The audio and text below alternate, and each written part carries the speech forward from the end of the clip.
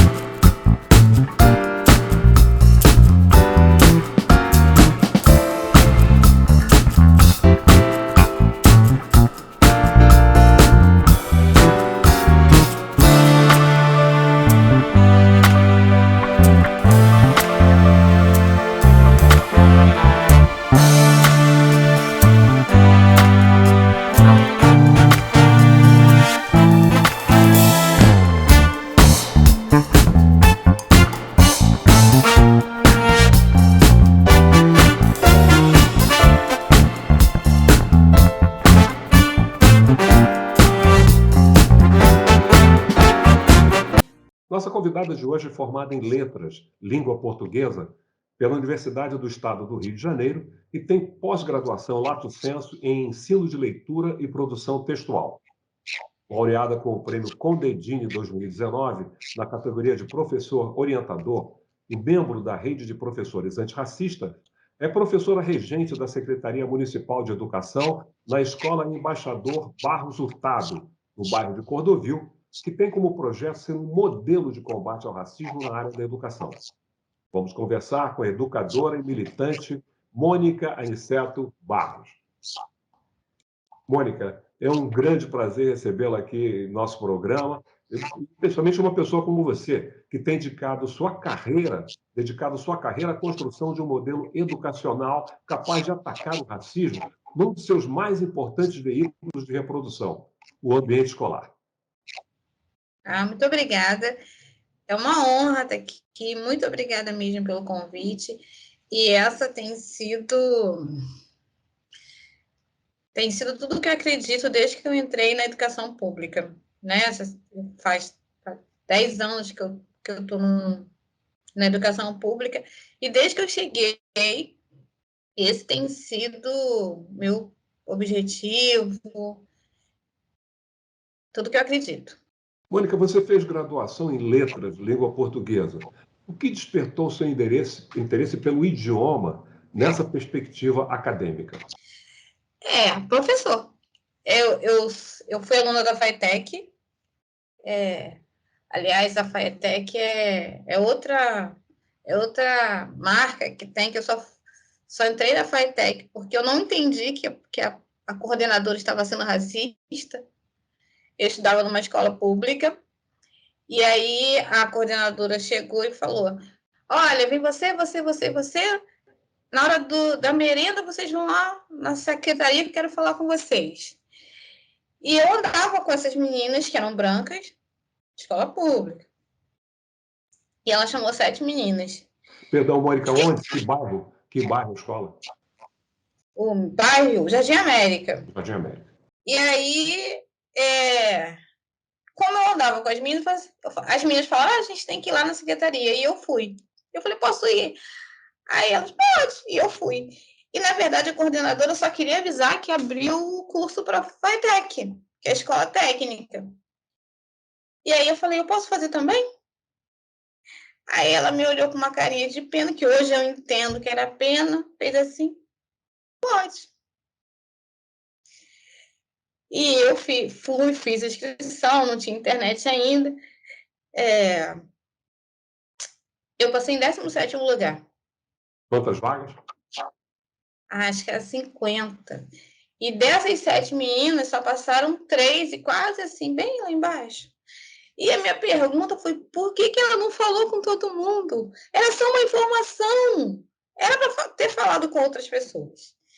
E aí, na FATEC, eu tive uma professora chamada Jacirema, E ela entrava em sala de aula cantando Cartola. Eu gosto de Cartola por causa da professora Jacirema, porque todas as aulas dela, ela entrava cantando uma música de Cartola diferente. E aí ela olhou, teve um dia que ela olhou para mim, esse dia eu lembro, e falou assim: se você estudar, você muda a vida da sua família.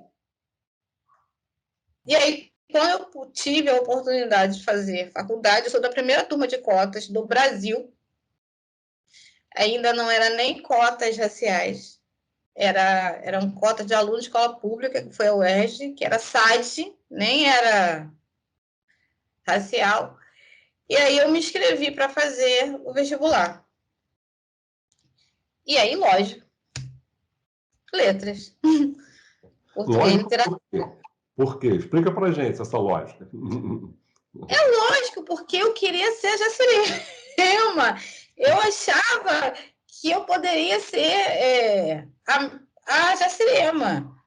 E aí, por essas mágicas do mundo, eu dou aula na turma eu dou aula na escola que a Jacirema deu aula. Perfeito. Agora, Mônica, e o ambiente familiar? Como é que contribuiu para isso? Então, quando eu fui fazer a UERJ, eu já estava casada com 3 filhos. Mas, né? Mãe estudando. Pois é. E aí eu fiz todo o caminho que o universitário pobre faz. Fui fazer pré-vestibular social e estudei muito em casa sozinha. Meu marido pegava minhas filhas e saía com as crianças para eu poder estudar. E eu tive uma rede de apoio familiar, porque eu fui a primeira pessoa da família a ter nível superior. Então, era quase um sonho impossível. E quando aquilo se tornou possibilidade, eu tive a felicidade de ter uma família que vão dar um jeito, né? E eu ficava pensando, gente, como é que eu vou... Eu moro em Vigário Geral. Não moro na comunidade, mas no bairro. Como é que eu vou para o Maracanã todo dia? E aí a família falou, não, a gente dá um jeito. Não, a gente dá... Engraçado que os vizinhos, eu tinha uma vizinha, que a minha vizinha falou, não, a gente vai dar. Porque não era uma conquista só minha. Parecia que era uma conquista de todo mundo que estava ali à minha volta. Uma conquista coletiva. Era uma conquista coletiva. Então, assim, eu tive rede, já passei sufoco. Eu sempre conto que eu tinha 2 amigas, uma que morava na Grama, Nova Iguaçu, e uma que morava em Ramos, que é a Beth, e a Fátima, e a gente dividia cafezinho de R$1, porque não tinha dinheiro, porque ainda não tinha. Eu não tinha. A UERJ hoje dá um escopo para quem está chegando de cota maravilhoso. Ela proporciona de verdade o pobre que entrou ali para fazer faculdade. Mas como eu fui a primeira turma, então não tinha bolsa, não tinha nada, a gente já tinha que estar feliz. Não ainda tinham aperfeiçoado esse sistema aí. Não. Os professores entravam em sala, o nosso boas-vindas era: não sou a favor das cotas, eu acho que isso não vai dar certo. Já de cara. Assim, eu acho que isso não vai dar certo, mas agora tem isso aí, vamos ver o que vai dar. Mas assim, Menosprezando vocês. qualquer corzinha mais fechada, com certeza isso aqui é cota, isso aqui não vai. Esse foi minhas boas-vindas na UERJ. Mas nenhum professor apoiava, nenhum deles. Então, esse assunto, ou o professor entrava na sala falando que era contra, ou ele Não falava nada. ninguém falava nada. Esse assunto, dos professores, na minha época, era um assunto que não existia. E assim, eu voltei para a UERJ agora, para fazer latim. Latim. Uhum.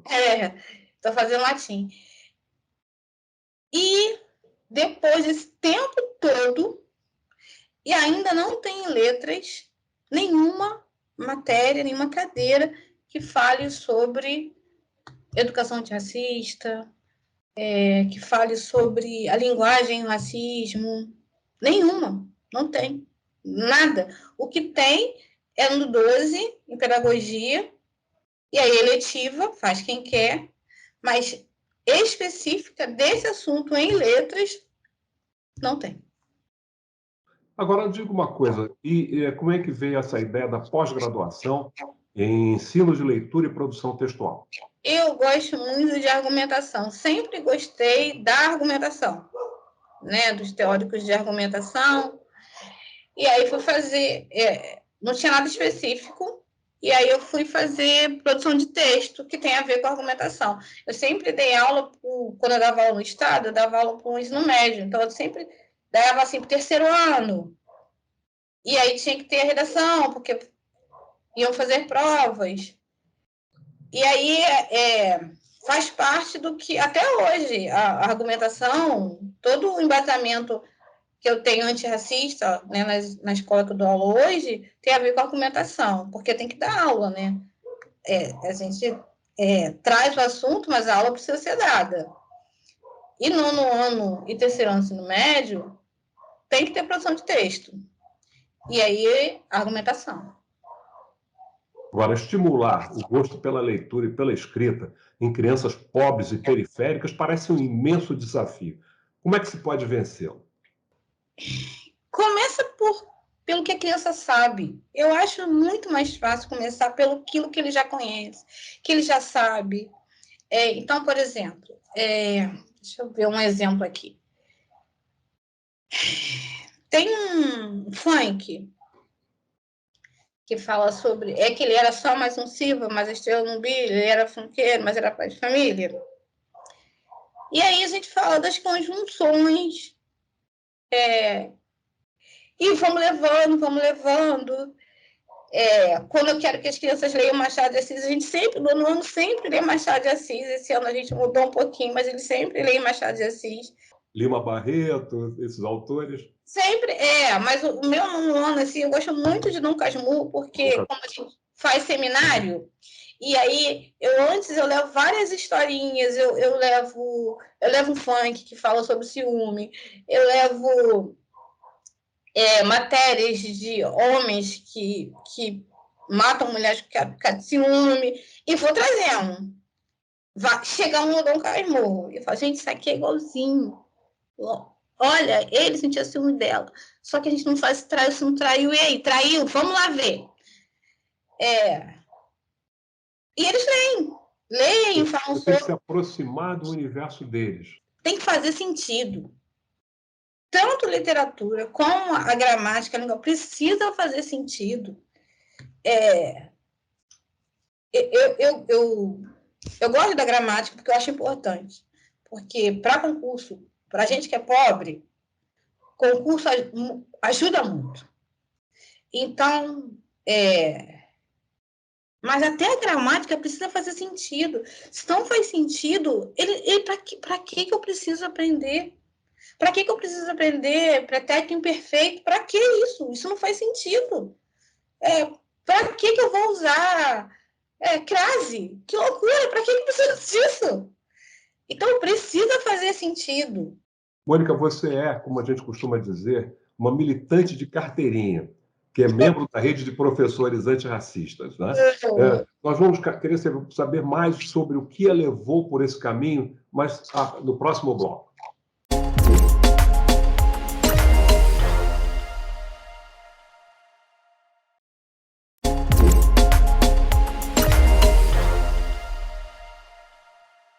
Iniciando o segundo bloco, nós queríamos saber exatamente o caminho que levou você a se tornar, como eu disse anteriormente, uma militante de carteirinha. Tem lá a carteira da rede de professores antirracistas. Fala para a gente. A rede, eu vim para a rede de professores agora, tem pouco tempo, tem uns 2 anos, porque lá na UERJ, quando eu estava fazendo uma matéria letiva de relações étnico-raciais, e todos os exercícios que a professora passava para fazer, todas as hipóteses, eu já tinha feito lá na escola. E aí eu pegava o material que eu tinha feito na escola e mandava, tá aqui o trabalho. E ela falou, olha, tem uma rede de professores antirracistas, eu acho que você devia conhecer. E aí eu fui conhecer a rede. A professora era negra? Sim, sim. E aí eu fui conhecer a rede de professores antirracistas, que é, assim, um achado, porque a gente sempre tem a sensação que a gente está trabalhando sozinho. O professor, ele sempre tem a sensação, poxa, eu estou fazendo sozinho, eu estou fazendo sozinho. E aí, quando a gente conhece a rede de professores antirracistas, eu não estou sozinha. Os meus problemas são os problemas dos professores todos, do Brasil todo, porque é uma rede do Brasil todo.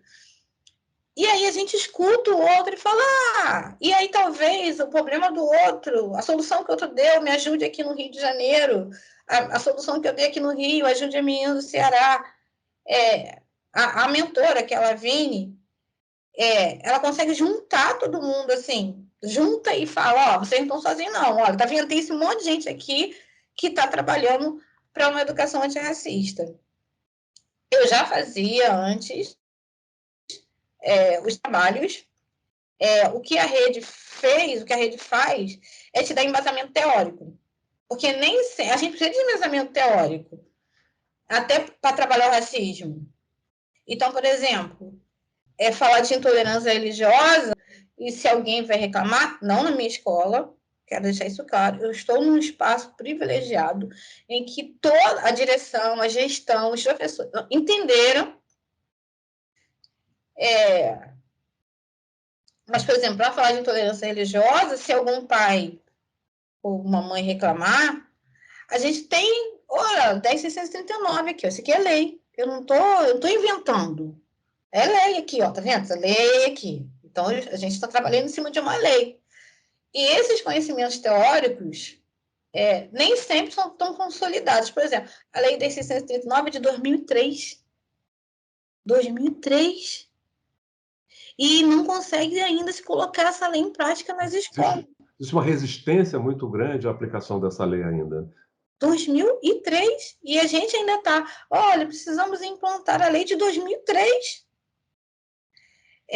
Então, a rede de professores, ela dá embasamento teórico para que o professor possa fazer com mais tranquilidade, sem ficar naquele pisando em ovos. Eu estou no espaço, por exemplo, lá na escola a gente não tem problema para falar de intolerância religiosa, mas é porque foi uma construção. Houve existência, gente, não é tudo maravilhoso, não. Eu sempre conto. Um aluno meu chegou num evento de um padre que falou que se botasse frango na porta dele, ele comia. E o aluno perguntou, professor, isso foi racismo? Eu falei, racismo? Foi intolerância religiosa, professor? Eu falei, então, não sei. Vamos ver. Vamos fazer um seminário. E aí começamos a estudar sobre. E aí, eles são muito estudiosos. Essa turma minha, o nono ano é sempre muito estudioso mesmo. E aí, essa turma especificamente estudaram. E aí eu fui para o 7º ano, que eu dava aula para o 7º ano, o mesmo assunto. O mesmo conteúdo. Estudo, vamos ver quem é. Quando eles viram. E aí eu chamei o professor Ivani dos Santos. Também oriundo da FAETEC. Chamei o professor para ir à escola, né? Falar sobre. O 7º ano não queria descer quando viu a figura do Ivani dos Santos um dia antes. Não, 2 dias, 3 dias antes. Eles falaram que não iam descer. E eu fiquei apavorada, porque eu falei, ué, o que é isso? Não, professor, ele é macumbeiro, não vou não. Vamos descer não. Eu falei, gente, e agora? Isso tá errado. E aí, a professora, no dia seguinte, fomos eu e a outra professora, que é de religião matriz africana, que é do candomblé, eu acho, nós fomos à sala conversar com o 7º ano. E não obrigamos ninguém a descer. Quer descer, décimo, que mais conversamos. No dia, eles desceram porque viram que era famoso, que eles já tinham estudado, já tinham visto matéria no jornal e desceram. Foi ótimo, foi ótimo. Ele se comunica bem, né? Tem Sim, firmeza no foi conteúdo. ótimo. Foi ótimo, tiraram foto. Eu falei, ué, vocês querem tirar foto? É mesmo? Claro, professora.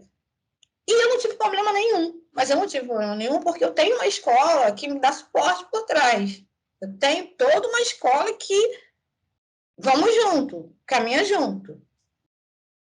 Mas até nesse processo de rejeição no primeiro ano das crianças, eu fui me embasar, porque eu falei, se algum pai falar alguma coisa, eu estou embasada. Estou embasada em lei.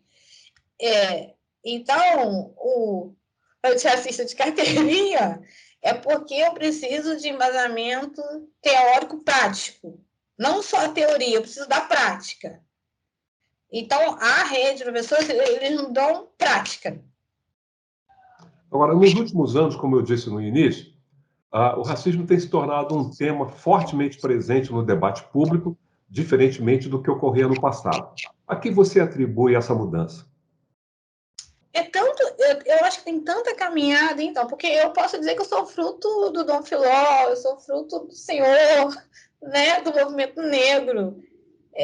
O movimento negro, há muito tempo, briga por algumas coisas.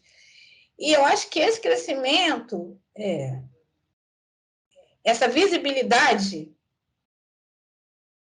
é resultado desse movimento de tanto tempo que começou, sei lá, quando teve a primeira lei que disse que não era para trazer mais escravos e se traziam escravos. Então, é o movimento negro, né? Quem veio bem antes da gente, e eu acho que agora está frutificando, embora eu tenha minhas restrições, que eu acho que pode ser moda, né? Pode ser uma moda. Eu ouvi o Boaventura Souza Santos, e ele fala uma coisa que sempre me assusta. Ele fala uma coisa que sempre eu lembro, que ele fala que quem está no poder, ele até finge que está te dando, que está te apoiando. Mas, na verdade, é para ele se manter no poder. Fico feliz que a gente apareça, que eu tenha voz para falar, que essa é sempre a minha bandeira, dar voz para os alunos, é isso que eu quero, por isso que eu trabalho no seminário, por isso que eu trabalho com debate, que eu quero dar voz para alunos negros, eu quero que eles falem, porque eles não falam, né? Eles não falam, a sala de aula não é um lugar que se pode falar, que o aluno pode falar. Então, eu acho que é isso mesmo, que quem veio antes da gente agora está podendo ver talvez 10% do seu trabalho, que eu acho que ainda tem muita coisa para fazer ainda. Um dos aspectos com que você mostra se preocupar é a questão da autoestima, né, dos negros.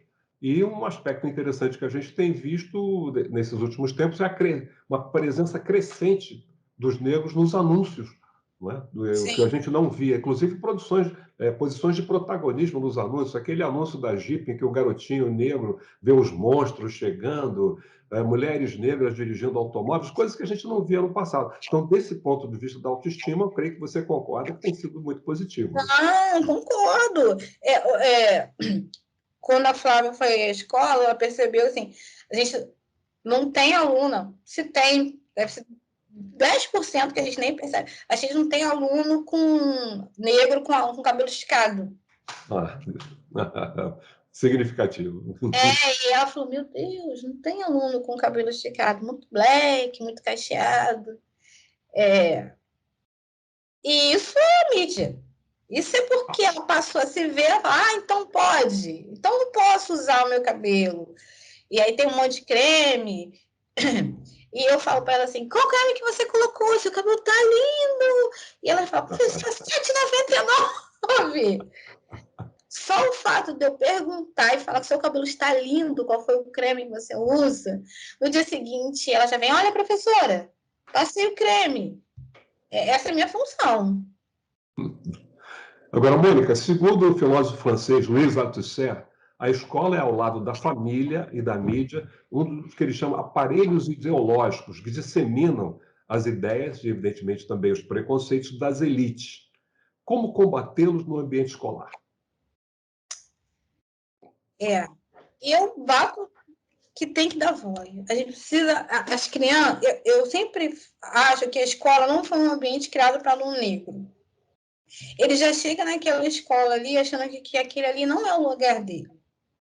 Porque... Essa coisa do pertencimento, né? Isso, ele vê o moço que fica na porta, que não tem nome, a tia da merenda, que não tem nome, e o tio da limpeza, que não tem nome, que são negros. E ele vê a diretora, que é branca, e muitos dos professores brancos. Aquele ali não é o lugar dele. Uhum. O lugar dele é ali na O cozinha. serviço. Aquele ali é o lugar dele. Aquele espaço ali não foi pensado nele. E dar voz, quando a gente começou, eu vou falar da experiência da minha escola, dar voz a esse aluno faz com que ele saiba, que ele se perceba, ele faz parte daquele ambiente, porque ele pode falar. Quando ele pode falar, o Gustavo Bernardo, que é um professor da UERJ, ele fala que quem cala não consente. Ou quem cala está se guardando ou submeteu. E lá no meio ele fala assim, mas existem muitas variações barulhentas nesse silêncio.